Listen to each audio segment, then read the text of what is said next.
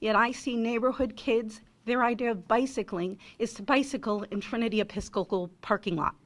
We really need to have safe places for our residents to walk, to enjoy the area, and we need to bring ourselves to the kind of caliber and quality of living that we see in the rest of our community. And that's really what I have to say. Great, thank you. Thank you.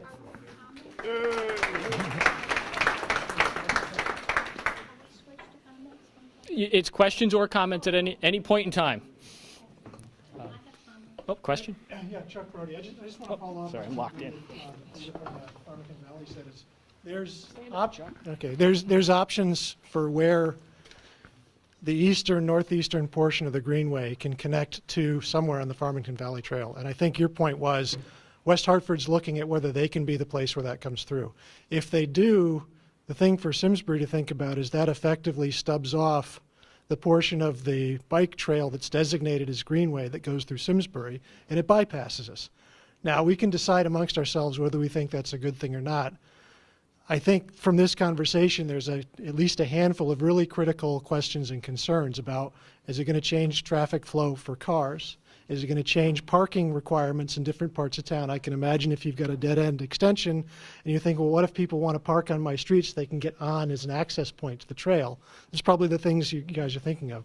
So, you know, you're trying to describe, Tom, that those are the kinds of factors that go into the routing plan to decide criteria. What's going to be the most costly? What's going to be the easiest to maintain? What's going to give the best access? For now, what I think this group has accomplished is they've come up with some options that is the most feasible general route through town to maximize the connection of Simsbury to the Greenway. So just I'd urge everybody who's thinking about this, yeah, there's the things you don't want to have as unintended consequences, and you don't want it to blow up on cost or, you know, maintenance. But let's balance that against what opportunity we're providing ourselves with regards to, if we can come up with a good way that it works, that we're all content with, we strengthen Simsbury's reputation and strengthen the amount of usage and exposure of Simsbury, because we're the connection point as opposed to being, you know, an incidental spur off of it. That's all I really want to. Okay, great. We'll do this one, and then we'll go up to the front table. Thanks. I live on Tunxus Road. I was just curious, I don't know to whom to direct the question. Okay. With respect to commuting to and from Hartford is unpleasant on 189, especially in the winter. So is I say commuting to Hartford via 189 in the winter is very unpleasant on a bike. Is the maintenance, like, I was impressed with this idea. I was curious, though, is the maintenance going to be the same as the maintenance everywhere else on the Greenway right now? Okay, the question is, if you were commuting to Hartford along this new trail or along 189, would the maintenance on the trail be any different than any of the other maintenance that we've been doing on the Greenway? With respect to snow clearing. Right now in Simsbury, there's only a small section of the trail which we remove snow from during the wintertime, and that's a section adjacent to Iron Horse, and it's because it's heavily used, and it's essentially a sidewalk. Middle of winter, and I tell you, I oversee all the snowplow operations, and during some of the heavy winters we've had, and it seems like every winter of the last 5 has been a heavy winter, my guys are committed to keeping that path open for no reason other than the fact that as soon as it's done being cleared, they have people on it and using it. And because of that, they're motivated to really keep on it, and it gets to be a tough place to keep clear. However, the rest of the trail through Simsbury is not generally cleared of snow in the winter months, and that's because it has the ability to be used for cross-country skiing. I think if there was a big enough push at some point in the future that it was truly being used as a heavy commuter access way, and it was being used by, I'm impressed, a hardy biker that's going to commute into Hartford during the winter, that would be something that we could consider. I'll bike, but not much past October. So they're up here in blue. I'm really looking forward to this connector through Tariffiville. I love Tariffiville. I live in Granby, but I'm in Tariffiville an awful lot. It would make it a lot easier to get here. But what I want to propose to you is that if you haven't been on the trail, please come out on the trail, anywhere. The trail brings great joy to me. I extend my community by one person a week at least. I meet somebody that is a lifelong friend from then on. I met people coming from New Haven to Vermont. I've met people from Quebec going around the world. You know, so one of the things the trail has to have is a convenient place to stop and talk to somebody that might be from Europe. I've met people from Europe. I have new friends from Avon, Farmington, Simsbury, Westfield, Southwick. So this can happen to you right here in your village if you get out on the trail once it's built, because you'll meet all those people and you'll increase your joy too. Thank you.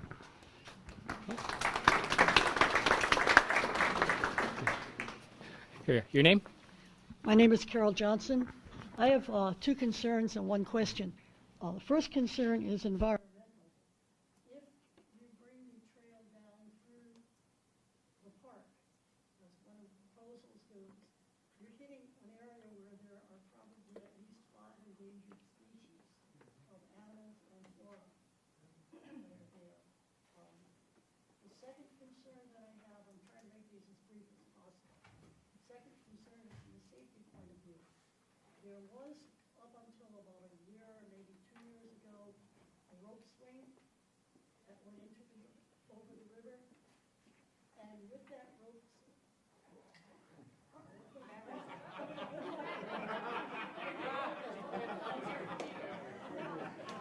It was nothing you said. Steve, you got to work on this. Boy.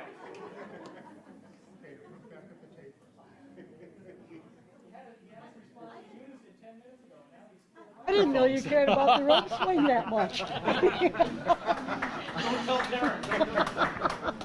But with the rope swing, we also had a meeting spot for a lot of drug deals, a lot of drinking, etc. And I'm wondering if by putting the trail back there in the evenings, if we're not going to be inviting the same group of people in again, shall we say. Okay, let me see if I can get you some answers. Okay, I have one question also, Okay. and then I'll be finished. The question is, currently you can drive down the gravel path to the far end. I appreciate that because it's difficult for me to walk over rough ground, and it's one of the few parks around here that you can drive through and look at the wildlife and the flora. Is that going to remain in place? All right, let me see if I can recap the whole thing. We got 3 questions, one of which came before the microphone was stolen. But you basically have concerns about the environment and the fact that we have 5 species of flora and fauna which are endangered in that area? There may be 2 more, Okay. but I'm not sure. Well, we better go look. Those 5 I'm sure. 5 to 7 potential endangered species. We have the fact that we have the Tariffiville rope swing, and it's been notorious for potentially less than ideal and less than Simsbury activities, and whether or not this is going to enhance that problem or potentially decrease that problem, and whether or not the long-term plan for Tariffiville Park includes elimination or maintaining the gravel path, right? Okay, I'm going to have Jeff Shea answer the environmental questions, and then I'm going to put poor Jerry Toner on the spot with the rope swing. Thanks, Tom. In terms of the environmental impacts to the potential optional routes, I guess, the honest answer right now is we don't know what the environmental issues are. The concepts were developed looking at routes that might work, just, physically work. We know there's going to be wetlands and habitat that need to be investigated.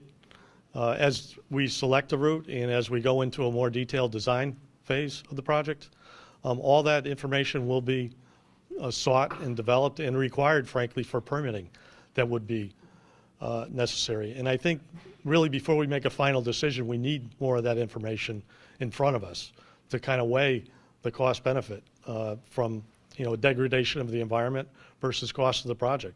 There may be significant costs that we're not realizing at this point in time along the riverine route, for example. Jeff, you want to pass it over to I Jerry? sure You've got can. 2 tough ones. Yeah, and as far as the second one, we do get calls about the rope swing, and That's gone.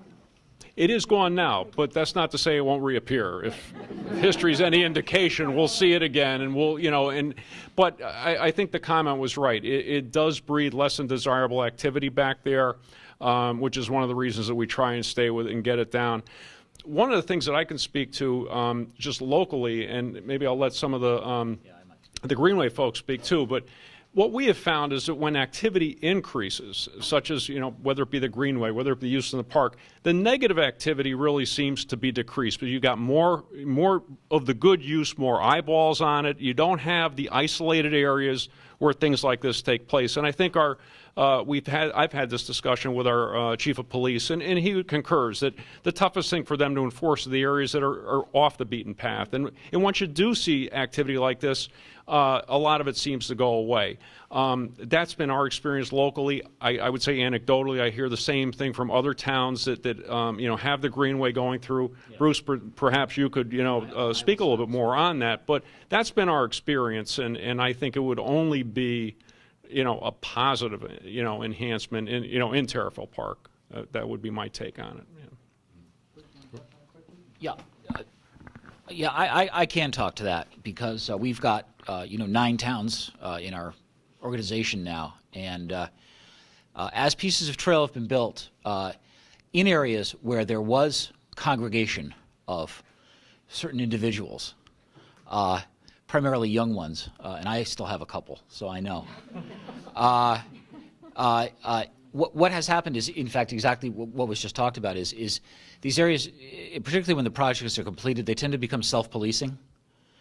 And what happens is, and we all, of course, recognize that these linear parkways, these greenways, are dawn to dusk, traditionally, right? But what happens is, and I see it all the time, is you've got commuters out there, you've got people out there who want to be out, and they've got lights on their bikes, and they're out there, and they're going past these places, and and whether there's, basically, right? That's what cell phones, that's what smartphones are for, and so that's exactly what happens. That's exactly what happens. So, have we had incidences of some graffiti? Yeah, I mean, places like Unionville had some instances early on, and it went away. And it went away because the trails get used so much. So that's my response. Yeah. Thank you very much. We had a question back here in the middle. She had a question about What's that? She had a question about The road, Jerry. She wanted to know if the gravel roadway that leads back to where that swing used to be is going to remain as part of the Tariffiville master plan. That and it goes back to a place where people launch boats and Right. fishing. Yeah, that would certainly remain in place. Yeah, and we actually have tried, we upgraded that a few years back just to make it a little Let me easier. go to Debbie, to get back. one more, and then So get we back to you. certainly, maintain Okay. that as it is. Yeah. I think one of the things that you talked about with the ability, with challenging mobility issues in the gravel roadway gives you access to see some of this. Right. This is some of the advantages to some of the routes that were talked about with the trail, where all of a sudden now even ADA compliant trails will get you access to see some of these important parts of our community. But that. Debbie Thibodeau. I just want to make a comment on Floydville as an option a few people have mentioned. And I want to talk about Floydville as a possible connection. And the way I see it is that Floydville would provide a connection for East Coast Greenway. It would get from the Heritage Trail to Bloomfield ultimately. It would go right by Tariffiville Village and people would have access to it. But I'm not sure that it would be an effective connection for Tariffiville to the town of Simsbury. So someone had mentioned the high school students riding from the village to the high school. And I'm wondering if those students would really take a northern detour to make that route. And my husband actually commutes on occasion to Bloomfield, South Windsor, and we live on the Avon line of Simsbury. And so he's already going way past 185 to make it over the ridge. He's coming through 315. And if the trail went further north, he's not going to go that much further out of his way to take the trail. And I think that 315 would continue to be used as a bike route, and even runners who want to go directly between town of Simsbury and Tariffiville.